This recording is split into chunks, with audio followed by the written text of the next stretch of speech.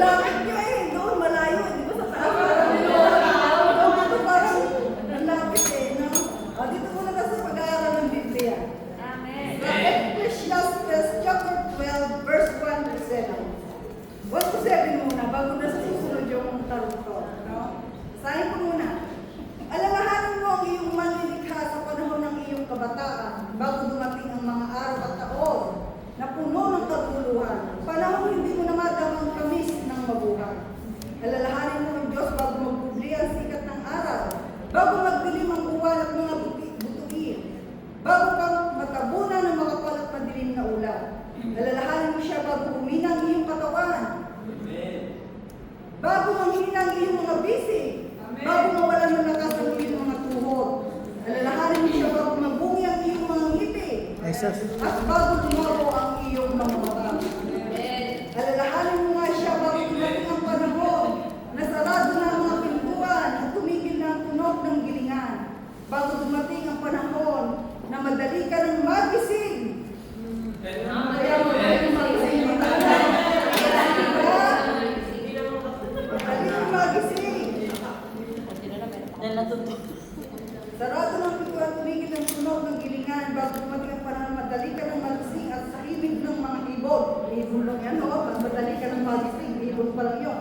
O ang tunog ng awitin ay tuluyan ng tumigil. 5. Alalahanin mo siya bago dumating ang panahon, katatakutan mo umakyat sa mataas na lugar. Bago dumating ang panahon, hindi ka na makalakad mag-isa. Bago pumuti ang iyong buhok at lipasan ang pagnanasang suliping sa minamahal. 6. Darating ang araw na malalagot ang talikalang tila na magdadala sa ilawang ginto. Babagsak ito at magdudurong. Darating din ang araw na malalagot ang tali ng timba at ito'y babagsak at masisira. 7. Last verse. Alalahanin mo siya bago manumbalik sa alabok ang ating katawang lupa at ang ating hininga ay magbalik sa Diyos kung may bigay nito. Ama, Panginoon, maraming salamat sa oras na ito. Salamat po Lord sa iyong mga salita na nagpapaalala sa amin, Panginoon, na ang buhay ay mahalaga lang, Panginoon, kung kami patuloy na sa iyo aasa at magtitiwala. Panginoon, maraming pong salamat sa iyong salita, Panginoon. Gusto mo po ang aming spiritual na pandinig upang maunawaan po namin, Panginoon, yung mensahe na gusto mong ibigay sa pamamagitan po para sa aming lahat ng natin po, Panginoon. Salamat po sa gabing ito, in Jesus' name. Amen. Di ba tayo naman ay mga bata pa naman, di ba? Amen. Mga bata pa tayo, ano? Hindi pa naman siguro nararanasan natin na yung kunin ng ibon ay nagigising na tayo. Pero siguro pag tawag ng matanda, nagigising pa naman tayo. Ano dahil mga bata pa naman tayo. Itong mga ngaral, di ba? Ang mga ngaral ito parang pagmumuni-muni ni Solomon. Siya ay matanda na. Para inalalay niya yung kanyang mga panahon ng siya'y malakas pa. Na parang, nung parang iba ba siya'y may Diyos, pero mas inisip niya yung kahalagahan ng Diyos nung siya'y, yung parang matanda na eh, o parang pagiging matanda na, wala ka nang gagawin, kundi alalahanin yung iyong kabataan. Sa totoo lang, di ba? Katulad ko nung pag ako nakakaramdam ng masakit ang aking katawan, o nga ano, nung pagbataan, parang wala kang iniisip, hanggang kaya mong gawin. Pero pag dumating na yung panahon, may nararamdaman ka na, ang maalaala mo yung iyong kabataan, bakit hindi ko nga nagawa yun nung ako'y kabataan? Parang nagsisisi ka na hindi mo nagawa o na-try yung mga bagay na gayon, na kaya mo ng kabataan ka. Parang dito si Solomon, parang nagmuni-muni siya, di ba? At kilala namin natin si Solomon, di ba? Kilala si Solomon sa kanyang kayamanan. Alam naman natin yung buhay ni Solomon, lalo na sa kabataan niya. Diba? Ang pagkakaroon ng maraming asawa, kilala siya. Bagamat lahat ay nakay Solomon na, pero ang isip niya, wala pa rin halaga ang lahat ng iyon kung wala ka sa Diyos. Amen. Diba? Kilala natin si Solomon sa kanyang katalinuhan. Ang katalinuhan niya ay hindi nang galing sa pag-aaral. Ang katalinuhan niya nagmula talaga sa Diyos. Amen. Hindi nang galing sa mga binasa, hindi dahil sa WISL, pero yun ay talaga nang galing sa Diyos. Ay Diyos ang nagbigay ng katalinuhan niya. Kilala din siya sa maraming kayamanan. Dahil bago siya naging hari, marami nang naipon ang kanyang ama na bukod pa sa pinamana ng kanyang ama, dahil sa kanyang katilungan, maraming mga hari, mga reyna ang napunta sa kanya para magbigay ng regalo at alamin yung katalungan, matutunan yung katalungan naroon kay Solomon. Diba, ang Ecclesiastes later nagpapaalala sa atin na tayo lagi nakaano sa Diyos, lagi natin alalahanin siya ano man ang ating gawin. Diba? Hindi tayo dapat manahan sa ating buhay, sa ating lakas. Ano man yung kaya natin, di ba? Hanggat kaya natin, may bibigay natin sa Diyos, ibigay natin sa Diyos. Para hindi na tayo magsisi. Di ba? Na bakit hindi ko nagawa ito kung kailan gagawin mo, huli na, hindi mo na kaya, matanda ka na. Di ba? Dapat habang bata pa tayo, may kakayahan tayong maibigay yung 100% sa Diyos. Gawin na natin. Hindi pa naman huli dahil tayo mga bata pa. Diba? Dahil wala pang mga kayuma, kaya pa natin umakyat sa mga taas. Diba? Kaya kaya pa natin, kahit mga bata pa. Diba? Kasi yung Ecclesiastes natin ang palaala, isinulat ko na Solomon, hindi lamang para sa kanya, ito rin ay para sa ating mga mambabasa. Dahil ito'y paalala sa atin na ang buhay natin ay walang halaga, sa totoo lang. Walang halaga ang buhay natin kung wala tayo sa Diyos. Makamit na natin ang lahat dito sa mundo. Nakatulad ni Solomon, wala na siyang hahanapin. Kung sa asawa ay sagana siya. Kung sa magagandang asawa ay higit na mayroon siya. Sa kayamanan, katinununin, wala na siyang hahanapin. Pero ang sabi niya, wala ito kung wala ang Panginoon sa buhay. Amen. Diba? Bakit ba? Bakit kailangan ba natin alalahanin ng Diyos? Sabi dito sa verse 1, alalahanin mo ang iyong manlilikha sa panahon ng iyong kabataan bago dumating ang mga araw at taon na puno ng kaguluhan. Baka huwag na natin alalahanin yung ang Diyos minsan na alalahanin lang natin kapag mayroon ng mga panahon ng mga nangyayari. Diba? Hindi naman mawawala yun. Dahil pag nandoon na yung kaguluhan, meron ka ng takot talagang ayaw mo sabi sa gusto mo, matatawag mo yung Diyos dahil takot ka. Pero hindi yun ang ibig sabihin. Ang ibig sabihin doon, alalahanin mo yung manlilikha sa panahon ng may lakas ka pa, kaya mo pa, may abilidad ka na gawin yung ibibigay mo sa Diyos. Diga? Minsan yung mga tao, sasabihin na, ay saka na lang ako magaan sa Lord kapag natapos ko na yung lahat. Tatapusin ko muna itong lahat na to bago ako sumunod sa Diyos. Meron naman sasabi, ay hindi ko na ako sa Diyos dahil makasalanan pa ako. Hindi ko pa maiwan. Hindi mo nila sinasabi hindi nila maiwan, pero sa pakiramdam nila, hindi nila maiwan yung kanilang mga ginagawa nila. Na alam nyo naman, ang expectation ng mga tao sa labas pagka sinabing born again ka lang nila super banal na. Pero alam din nila yun, na tayo ay nagsusumika na maging mabuti sa harap ng Diyos. Kaya ganun na lang expectation ng iba. Pero sinasabi dito, alalahanin mo ang iyong manlilikha sa panahon ng iyong kabataan bago dumating ang mga oras at araw na puno ng kaguluhan. Panahon hindi mo naman madama ang tamis ng mabuhay. Diba? Alalahanin mo ang Diyos bago magpubli ang sikat ng araw, bago magdilim ang buwan at mga bituin, bago ka matabunan ng makapal at madilim na ulap. Diba? Kasi pagka tayo matanda na hindi mo na magagawa yung talagang, yung hindi mo magagawa, hindi katulad ng kabataan. Kaya dapat habang bata pa tayo, parang nag-iimpok na tayo. Habang tayo may lakas, di ba? Hindi ibig sabihin na bata ka, o sabihin na ito para sa kabataan habang ito ay bata pa.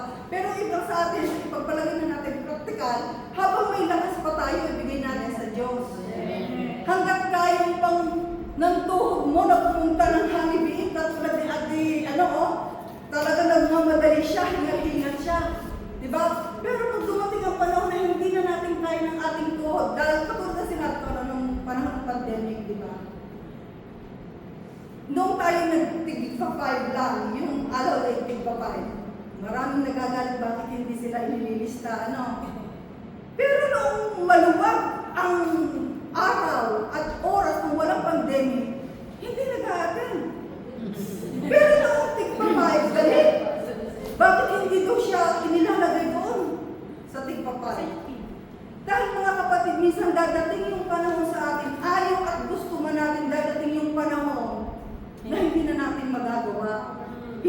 mangyari sa panahon na tayo manghina, mangyayari at hindi magaganap yung gusto natin sa mangyayari sa panahon hindi natin alam. Katulad ng pandemic, sino bang mag-aakala na hindi tayo pwedeng lumabas? Diba?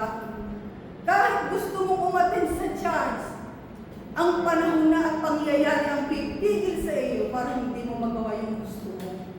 Kaya kung sinasabi ko sa Ecclesiastes na habang may bata pa, ibig sabihin habang malakas pa, may abilidad tayong magawa yung ating maiaalis sa Diyos, gawin na natin. Diba? Kaya, habang bata tayo, at kailangan natin na gawin natin na yung magagawa natin. Diba? Verse 3, alalahanin mo siya bago humina ang iyong katawan, bago manghina ang iyong mga bisi, bago mawala ng lakas ang iyong mga tuhod, alalahanin mo siya bago mabungi ang iyong mga ngipin, at bago lumabo ang iyong mga mata. Alalahanin mo nga siya bago dumating ang panahon na sarado na ang mga pintuan, at tumigil na ang tulog ng gininga, bago dumating ang panahon na madali ka ng magising sa himig ng mga ipon, ang tunog ng awitin ay tuluyan ng tumigil. Di ba, hindi man sayang di ba sa mga alaga natin, minsan hindi na talaga sila nakakatulog sa kanilang katandaan. Gustuhin man nilang matulog, talagang may panahon talaga na hindi sila makatulog. Dahil ganun talaga pagka tumatanda. Bakit na isulat ito? Dahil sinulat ito ni Solomon at kanyang naramdaman talaga at naranasan ito. Ayaw man natin at sa hindi, dadating tayo sa panahon na yun, una-una lang. Weather lang. Ayaw man natin at hindi, dadating talaga tayo sa panahon yun. Manghihina at manlalabo ang ating mga mata. Kaya may panahon habang malinaw pa ang ating mga mata, bigyan natin ng panahon na magbasa ng kanyang salita.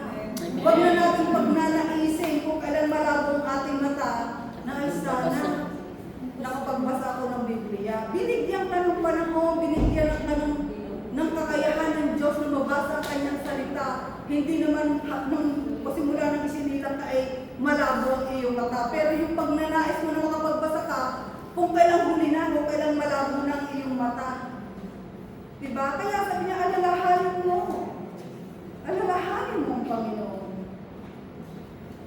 Dahil dadating talaga yung panahon, ayaw mo man o sa hindi, dadating tayo una-una lang.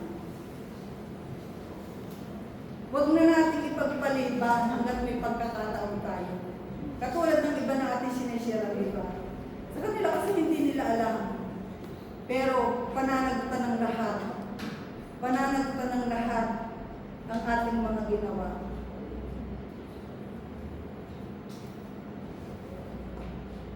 Kaya alalahanin natin ang Panginoon habang tayo may kakayahan pa. Kakayahan pang maglakad. Diba? Kakayahan pa nating maka-attend franchise. Dahil minsan, dadating din ang panahon at kaya mo at sa hindi, kakailanganin ka ng iyong amo. Hindi naman natin hinihingi na dahil minsan, kaya kailanganin ka ng amo mo, kailangan mong mag-stay. Pero hanggat may malakas ka pa, malakas pa yung amo, yung mga sinasabi dito, may pagkakataon. Yung pagkakataon na yun ay ating samantalahin. Dahil ayaw man natin at sa hindi, mawawala yung pagkakataon na yun. Manghihina ang ating tuhod, lalabo ang ating mga mata, mabubungi ang ating mga ngipin. Kasi walang permanente. Maging yung ating mga ganda. Amen.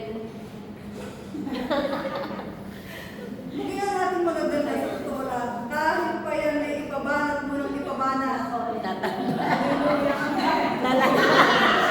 Natural to.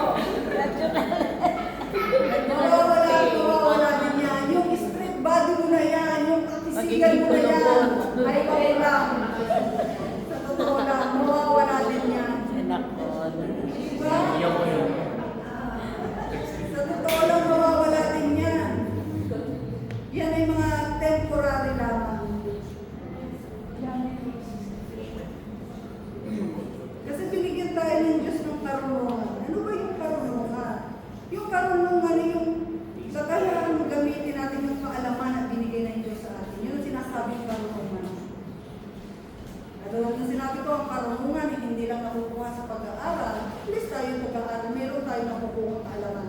Pero yung karunungan na sinasabi ng Diyos ay yung kakayahang gamitin mo yung iyong kaalaman ng tama at wasto para sa Panginoon.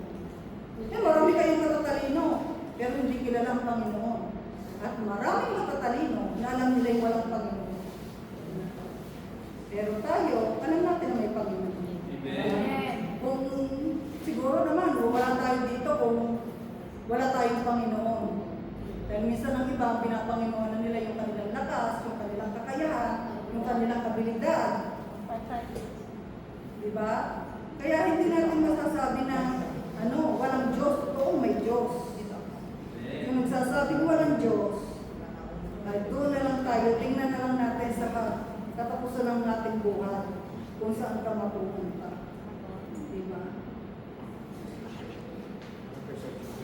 Kasi ngayon ko yun na sinabi ko yung kaalaman ay gamitin natin sa tama at gusto para sa Panginoon. Kailangan natin ialay ang lahat ng mayroon tayo. Hindi lang yung sinasabi natin bulsa, yung lahat ng mayroon tayo, lahat ng ating magagawa para sa Kanya. Kasi sa totoo lang, yung minsan, nababasa natin yung Biblia, pero minsan nabasa lang.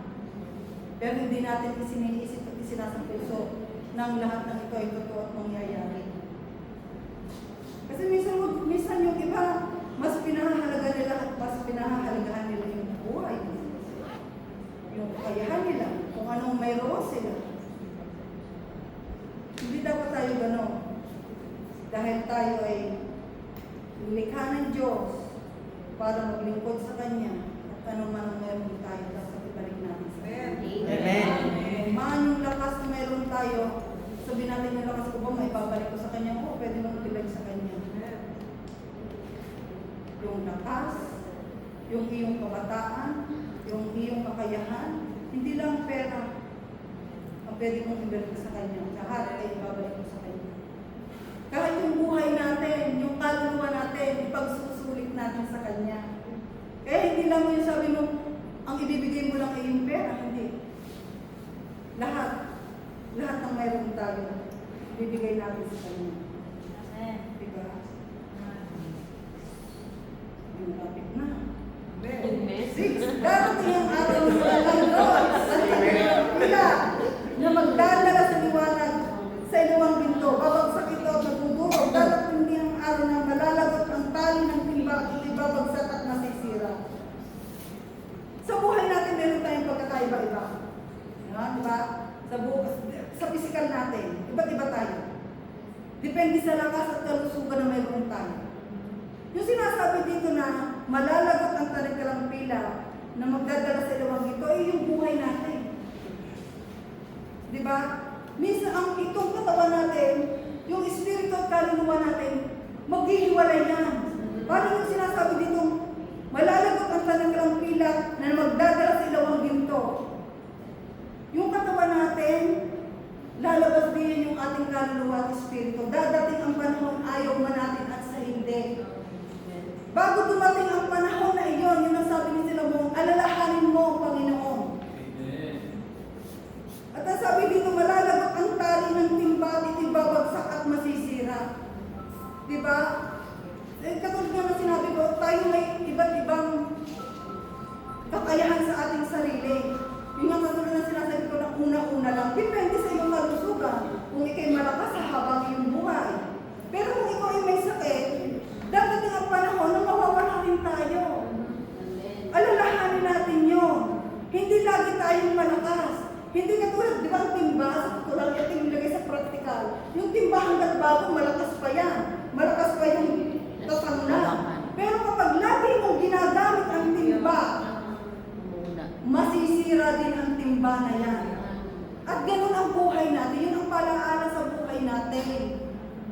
Una-una lang tayo. Halimbawa, hindi mo masasabi ka tulad sinasabi ni Pastor Alan na 120. Salamat kung 120 ka. May pagkakataon ka pang alalahanin mo ang Diyos. Pero sinasabi ni Solomon dito, habang bata ka pa. Oo, tama, habang bata ka pa. Pero sinasabi dito, hanggang kaya mo pa. Balik mo sa Diyos. Kasi, depende naman eh. Hindi mo masasabing bata ka, magtatagal ka.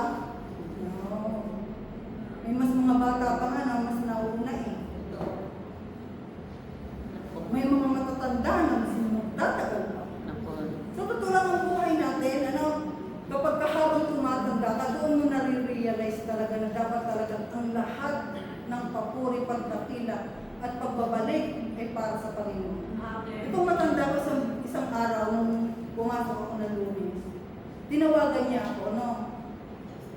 Nung umupo kami sa lamesa, sabi niya sa akin, alam mo, Melody, nararamdaman ko na kailangan ko na talaga ng tagapag-alaga. Pero alam mo, natatakot ako. Baka ang maging tagapag-alaga ko ay katulad ng sa kabila. Sabi ko, ano naman yung sa kabila? Kung hindi naman inaalagaan, sinisigawan pa. At kita ko yung matanda, hindi malinis. Sabi niyo, bakit mo sinasabi yan? Nararamdaman ko na parang hindi ko na matandaan lahat ng mga bagay-bagay. Sabi ko, huwag kang mag-alala. Sabi ko, gano'n. Pagka nawala na yung utak mo, hindi mo na alam. Sabi ko, gano'n. Wala ka nang alalahan, hindi mo na alam. Sabi niya, parang mo naman ako ginagawa. Sabi niya, totoo yun. Sabi ko, ganyan. Ang mahalaga, habang may isip ka pa, ang alalahanin mo ay ang Diyos. Sabi niya, alam mo ba, Naomi, sabi ko, sa langit, pag ikinasa langit na, wala na doon hirap at wala na isipin. Sabi niya, parang pinagdadali ko naman ako. Sabi niya, kasi nung ako pumasok sa kanya, as in, wala po siya talagang nauunawaan. Wala siya, hindi siya nakikisama sa mga tao. Lagi ka sabi sa akin ng mga Pilipino, bakit hindi pa yan kumukuha ng itapel at iba-iba na yung sinasabi. Pero nung ako'y pumunta po doon, sa totoo lang, parang nahasa yung utak niya. Kinakausap ko siya, lagi ko siya kinakausap kung ako dadating, naaalaala niya yung mga bagay-bagay. Pero isang nung Lunes, talaga nakakapagtaka dahil pinakusap niya ako dahil kailangan na doon talaga niya ng tagapag-alaga. At bago daw mawala na puta, mawala yung kanyang pag-iisip, ay masabi na niya sa akin. Diba? Napakayaman niya sa totoo lang. Pero pag wala kang mayaman, diba? Parang yung alala mo sa buhay, sobrang yung alala mo sa buhay, na, kasi batang dalaga siya wala siyang pamilya, kaya gano'n na lang kanyang alaala. Yun ang ibig sabihin na, pag wala ng Diyos, di ba, hindi niya alam na may Diyos, totoo ba yung sinasabi mo na gano'n? Parang hindi ko naman niya narinig. Sabi ko, totoo namin na pag tayo naroon sa langit, wala na pero kailangan tanggapin ng Diyos. Sabi ko gano'n, para makarating ka doon. Parang hindi ko naman narinig niya, sabi niya. Pero yung lagi ko naisip, katulad niya na sabi ni Solomon, habang bata ka, pahalagahan mo ang Panginoon. Dahil katulad niya, nang iniisip niya, yung na lang, yung mag-aalaga sa kanya. Mawawala na doon yung kanyang utak, hindi niya alam kung ano pa yung mangyayari sa kanya, yung magiging tagapag-aalaga niya. Diba? Pero diba, katulad natin dadating tayo sa mga edad na gano'n, tapos at least meron tayong Diyos, diba? Ang ating buhay ay ating ibibigay sa Diyos, ang Diyos ang bahala sa atin. Sila na napakayaman, diba? Napakayaman nila pero parang nakakaawa sa totoo lang. Bagamat tayo hindi naman katulad ng kasing yaman nila, parang pampanti tayo dahil tayo may Diyos. At alam natin na kapag tayo may Diyos, alam natin yung ating pupuntahan. Sila hindi nila alam Wala silang alam. Kaya nakakaano ba na tama si Solomon na hanggat bata pa tayo, alalahanin natin ang Diyos. At alalahanin din natin, magmuni-muni din tayo dahil hindi na tayo nasa teenager. Hindi na tayo, nasa age na tayo na papunta ng dadating din yung panahon na ma-realize din natin yung mga kakulungan natin sa buhay, sa totoo lang. Sila, inaalala nila yung kanilang buhay, kung paano yung kanilang magiging buhay nila. Pero tayo, di ba, wala naman tayong dapat alalahanin dahil tayo nasa Panginoon. Di ba? Pero yung sinasabi ni Solomon na alalahanin natin siya. Kaya mapalad tayo dahil tayo tinawag ng Diyos at tayo naalalaman natin yung mga ganitong paalaala sa atin. Hindi na tayo dapat mag-alala dahil lahat yung pagkakambuhay natin, yung mga kinabukasan natin para sa Panginoon na lang. Wala tayong dapat ipag-alala. Hindi naman tayo katulad na kasing yaman na. Pero parang nakakaawa. Diba? Nung bata siya, nagpakayaman siya, tapos yung pera ng mga magulang niya. Kasi magandang dalaga siya May mananangin ka dun. Wala siyang wala siyang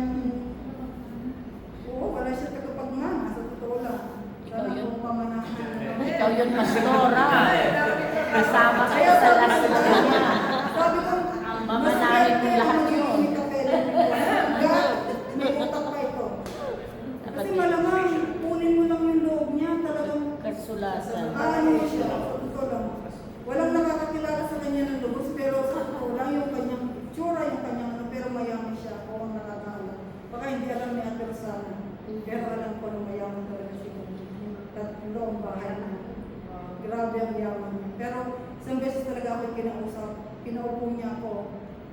Sabi niya, Melody, kahit ako'y magkaming kapele, hindi ka aalis dito. May mana Ikaw pa ka. rin ang aking, ibig sabihin yung ano, dahil pwede naman siya, hindi ko ano matabi eh. Hindi niya kailangan kami. Kasi may 24 hour na siya mag-aalala sa kanya. Pero ang gusto niya, pumunta ko doon parang pakikipag-usap lamang. Pati yung din ang napansin ng mga taga-pusa. Kasi mula nang dumating ako doon, parang nag-normal ang utak niya kasi may kausap na siya. Tsatsagaan lang talaga siyang makipag-usap sa kanya. Pero diba, yung buhay natin, dadating at dadating ang panahon. Minsan, hindi nakahiga mag-iisip ka. Dapat nag-iisip tayo talaga. Alalahanin natin ang Panginoon. Hindi lagi tayong malakas, hindi lagi tayong may abilidad na magagawa natin ang lahat. Pero hanggat malakas tayo, hanggat bata pa tayo, alalahanin natin siya. Dahil dadating talaga ang panahon na tayo manghihina at malalagot ang ating katawan. Mawawala ang ating lakas.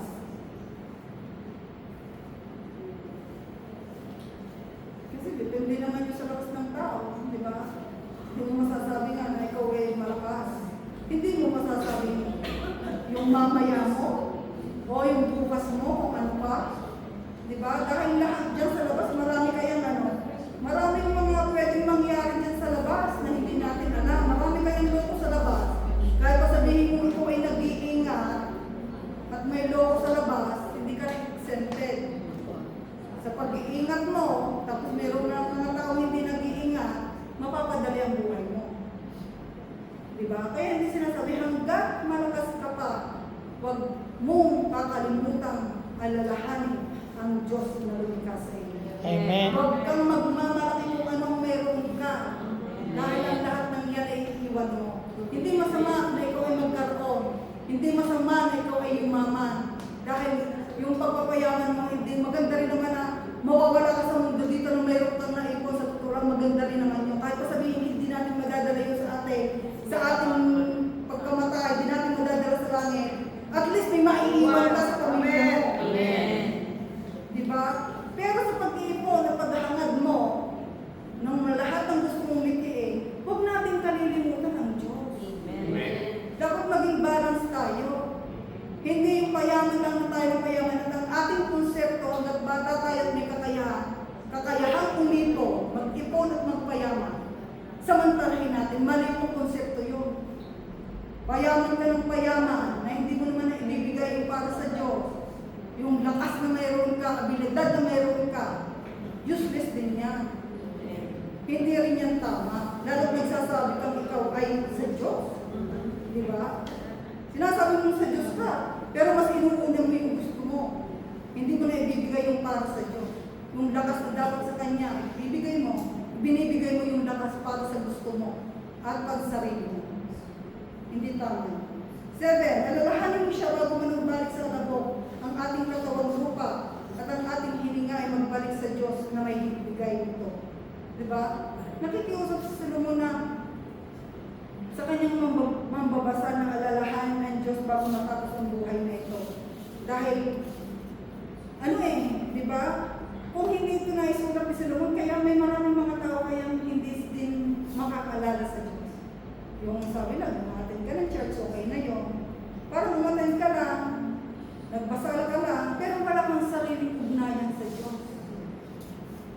Hindi mo ina-acknowledge ang Diyos sa buhay mo.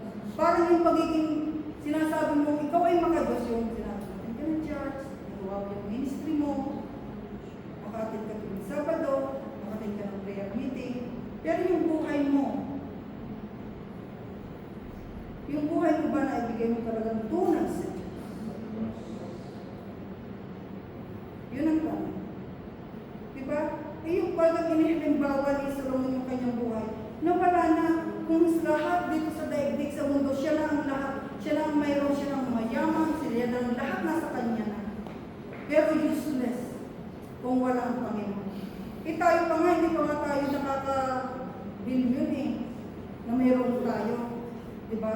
May asawa tayo, inuwanan pa tayo ng asawa natin. Hindi katulad ni Solomon. Na kahit iwanan siya ng isa, marami pa siya. Diba?